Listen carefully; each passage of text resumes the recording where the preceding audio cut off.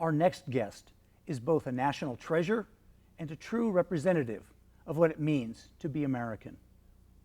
Son of an Austrian-Ukrainian Jewish mother and Mexican Catholic father, Carlos Cortés learned the hard way about discrimination and growing up non-WASP in 20th century America.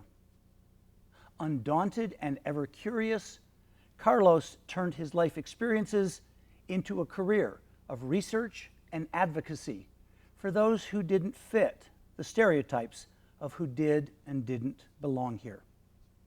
As a professor emeritus of history at the University of California, Riverside, he is still profoundly active, researching, publishing, and lecturing across the country and the world.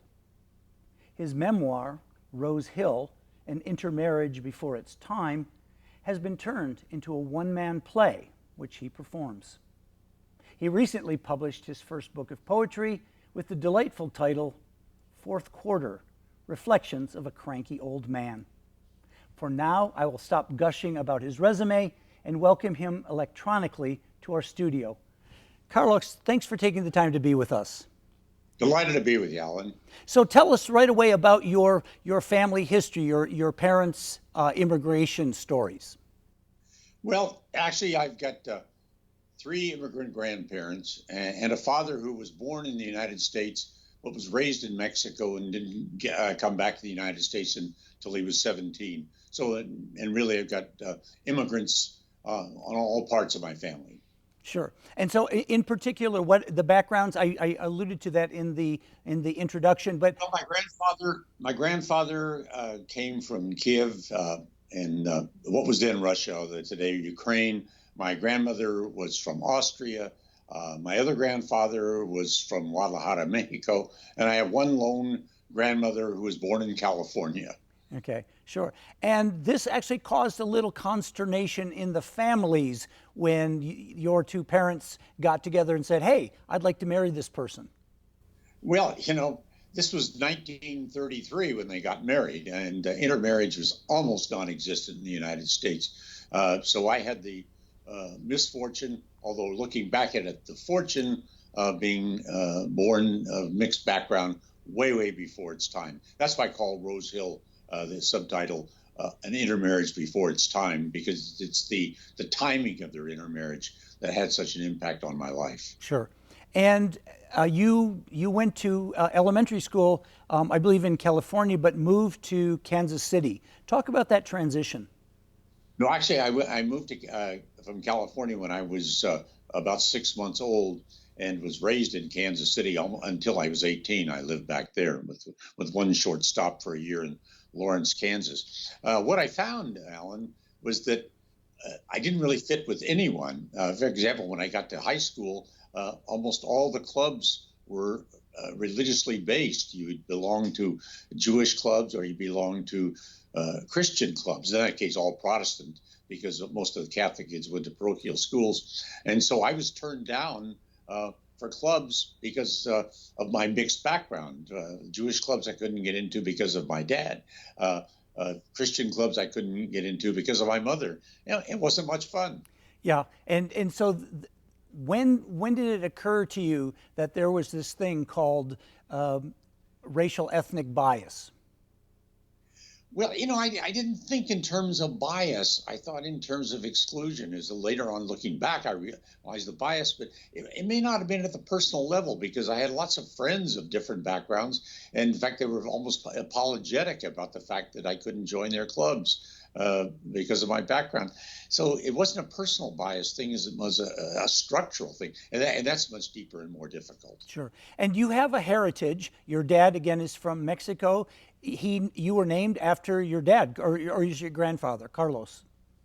No, my grandfather was Carlos. My father was Carlos. Carlos on down the line. And well, one of the interesting things about it is the fact that, of course, my father spoke both Spanish and English, and my mother spoke both Yiddish and English. And so I was the one person in the family who was trilingual. My dad taught me Spanish so I could talk to him. We could talk behind people's backs right in front of the rest of the family in Spanish, and the same with my mother with Yiddish, that I could speak with her when my dad was there and didn't understand it. So there was tremendous number of elements of the mixture in my family. Sure, sure. But now your name actually caused some trouble in school. Can you talk about the name Carlos? Well, yeah. And in fact, I talk about it in Rose Hill and also my one-person play that the first day when I get to my new high school, I transferred high schools when I was a sophomore, and on the first day they called the roll and called Carl, and I didn't respond, and they finally raised my hand and said, You missed me, Carlos Cortés," and he said, No, your name is Carl. It's on our record books." And when I didn't respond to it and kept insisting that I be called Carlos, I got kicked out of class and sent down to the principal's office. And what was your parents' response? Well, when my dad came to school, I thought he was going to be furious. In fact, he was proud of me for standing up for our Mexican name. And ever since then, I said, okay, it's going to be Carlos, and everybody will call me Carlos, and I'm not going to be a nickname person. Sure. And you have a certain heritage. You have a certain identity. You love your parents. You're proud to be, a part of both of their worlds and their identities. Yeah, I make it very clear with people. They say, "What's your identity?" And I tell them, "This is my background. This is I've got some strong backgrounds and lots of connections, and I'm not about to disown any of them." And unfortunately, there's this model of assimilation in the United States, and you're just expected to kind of roll over and blend in. And it's obvious to me that you have kept even the accent in your last name, which often gets lost because, hey, it's an extra keystroke and blah blah blah. But this is a sign. Hey, this is my name. This is who I am. No. As a matter of fact, my dad actually was insistent that they use the accent on the E when he came over to school. He just said, "Look, that is part of our name. Our last name is it is not Cortes. It is Cort, an accent es." And he just was insistent upon that. Oh, it's interesting. A lot of Latinos today have dropped the accent simply because the pressure of having to deal with it all the time is just too much, even though they retain the correct pronunciation. In my case, my dad just insisted, "No, you keep that E. That's part of you." And it's the way I've done it ever since. Sure. I want to fast forward a little bit into your career in terms of thinking and writing. You wrote a seminal book called "The Children Are Watching: How the Media Teach About Diversity." Why was it important to write this book? Well, when I started working in the area of multicultural education, one of the things I found out was that as I walked into classrooms, so many of the things that students knew and that teachers knew came from the media. It didn't come from, it's not a matter of sitting down, we're going to teach kids about A, B, C, particularly when it came to diversity. They had already learned a lot of stuff, but it was through the media. So I said, okay, there's a competitive curriculum out there, the media curriculum. And I started writing about that in the late 1970s. And finally, in the 1990s, I put it all together into a book called "The Children Are Watching," which essentially argues that how Americans think about diversity is not from what they learn in schools primarily, but what they get through the media. And that not just the news media, but also the entertainment media. And that's why I put such an emphasis in that. In fact, my major emphasis is on motion pictures because of the kinds of stereotypes and insights, wrong or right, that people get from watching movies. Sure. And if you're from a certain ethnic background and you see your group presented in films in certain very stereotypical ways, it can be very painful. Well, it's going to be painful, and you have to live the life of knowing that people are looking at you in these kinds of ways that had nothing to do with you. They have to do with how people have been entertained into having ideas about diversity. Yeah. And as it turned out, publishing this book gave you some credibility in the entertainment industry because the folks at Nickelodeon contacted you. Well, that was an odd thing. Luck is a big part of life. And I was giving a talk on the media at a national Latino conference, and I was doing a keynote on media, Latinos in the media. And in the audience was the executive producer of a new show, new children's show, and he said, "Would you have lunch with me?" And I had lunch with him, and also with his cultural one of his people for the work for him, a Latina, and the two of them talked to me, and they said, "Would you be interested in being on working with this new children's show?" I didn't know what it was. I had so many things on my docket. I said, "Well, look, read my book, and if you like it, give me a call." And I thought that was the end of it. And then all of a sudden, I got a call from New York, said, "Would you be willing to come back to New York and sit down and talk to us?" Only then did I really learn all about it, which was the show that became Dora the Explorer. And so for 15 years, became creative and cultural advisor for Dora the Explorer and Go Diego Go, all because of being at the right place at the right time. Sure. And talk a little bit about your influence on the script writing and how Dora actually and later Diego came to be presented. Because again, if you've got writers who aren't necessarily culturally savvy, they're going to miss some stuff. So can you give us an example? Yeah. Well, anyway, for example, there was a time that there was a show called, we ended up calling First Day of School. And in the show, Tico, who's Spanish speaking, doesn't speak English, is worried about going to class and having to learn in an all English class. So I read the first script and I said, "Look, why are you putting all the burden on Tico? Why not bring Boots into this? Let's make it a two-way bilingual class, two-way immersion bilingual class, English and Spanish." So both Boots and Tico are concerned because they're going to go into a class with another language. And therefore, on their trip over to the school, they can talk about this. They can share about the fact that both of them have to move into another language. And then they get to the school, and it's a two-way bilingual school. And we have the final scene in the school, them learning each other's language, which is one of the things I stressed with Dora was make it a bridge building show. Show how people of different backgrounds, in this case animals of different backgrounds, can cross over a bridge together. And it's not one side's obligation to make the change and adapt to the other, but it's mutual adaptation. Yeah, that's fantastic. So talk about, I want to go back to your parents for a little bit. Why was it important for you to write Rose Hill? Well, Rose Hill started actually as a series of stories to my daughter when she asked me if I would sit down and write down all these family stories that no one ever bothered to write. And I wasn't planning to write a memoir and publish it. I ended up writing what turned out to be about a 600-page family chronicle. And only then did I said, okay, maybe there's a story in there that's worth publishing, trying to get out.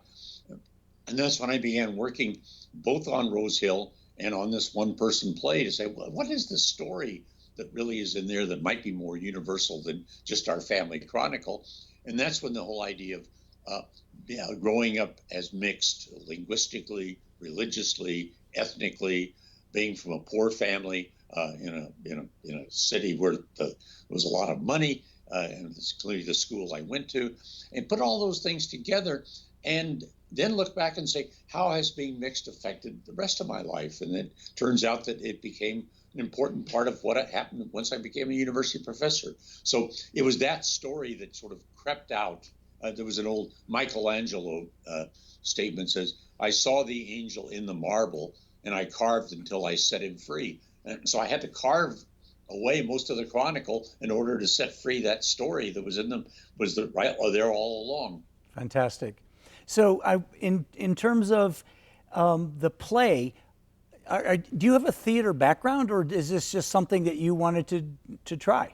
And once again, there's a lot of serendipity. I was reading a selection from my memoir in progress at the Summer Institute for Intercultural Communication, and in the audience, one night time I was doing a reading was a theater director who came to me afterwards and said, Carlos, that might make a good one-person play. I'd never written a play before. I've done some amateur theatricals, but that was it. And she said, if you can start working on a script, I'll help you, and I'll help you stage it. That was Dawn Davies. And after a while, I started doing it just to see would it work, and it's worked beautifully. So it's now I've done it, performed it 152 times across the United States ever since then. And so, what is the response from audiences when they see this play? Well, I'm not an actor. I mean, when I walk to them, I say, "Thank you for being here to see a non-play by a non-actor, a non-playwright." And what it is they respond to, I think, the honesty in it. And what I say to them when I start the play, I say, "Look, I hope everyone in the room can find something to identify with, even though it may not be your particular thing." And what I find is it really unchains, particularly kids of mixed backgrounds who stand up, and afterwards we have question and answer. They've gone on for an hour and a half. When you have people standing up want to say something about their mixed backgrounds, and it's sort of liberating them to say. And I think the theme that it got them is that I can connect with all of the elements of my background. And some of the kids who are being pushed to say you got to be this or that are saying, "I know I can be all." And that's great, and that's liberating. That's really powerful. We're going to have to wrap it up in just a second here, but if a final question, what would your parents say if they saw, young Carlos all these years later and what he's done? What would you want them to think, or what might they be thinking? Well, I think they would like the fact that I've embraced our entire family background and our entire family being, and they would love the fact that I'm continue to honor it, both but through Rose Hill and also through the continuing performance of Conversation with Alana, and in my own actions in other elements of diversity, trying to bring people together. So if people want to get in touch with you either via social media or elsewhere, what's the best way for them to find you? I'm antisocial when it comes to social media. I hardly know how to operate, but they can write me, and it's carlos.cortes. Be sure to use an S, not a Z. carlos.cortes@ucr.edu. Great. We'll put That's the University of California, Riverside. Fantastic. We'll put that on the screen for our viewers. I want to thank you so much for spending time with us. The time's flown by, but it's been a real delight. Well, it's been wonderful. Enjoyed talking to you, Alan. Thank you so much. And thank you for joining us. If you're watching us on TV, stay tuned for our following segments on language and culture. If you're watching Feel Like You Belong on the internet, we hope you will share your feedback with us via our website and YouTube channel. And be sure to catch our many other stories with the amazing individuals who make these United States a richer place.